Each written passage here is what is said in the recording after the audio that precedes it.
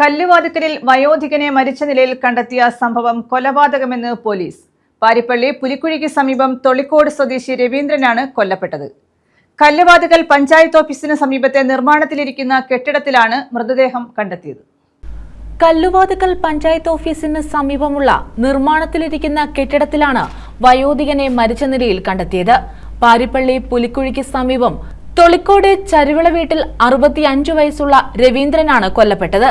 ഞായറാഴ്ച രാവിലെ 6:30യോടെ കെട്ടിട ഉടമയാണ് മൃതദേഹം രക്തം വാർന്ന നിലയിൽ കണ്ടെത്തിയത്.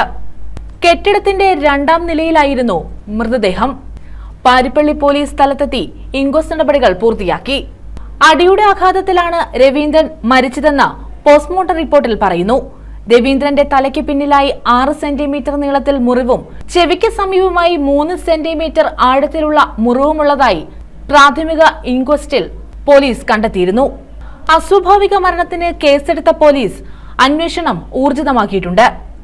ഡോഗ് സ്ക്വാഡ്, ഫിംഗർ പ്രിന്റ് വിഭാഗം, ഫോറൻസിക് ഉദ്യോഗസ്ഥർ എന്നിവർ സ്ഥലത്തെത്തി തെളിവുകൾ ശേഖരിച്ചു.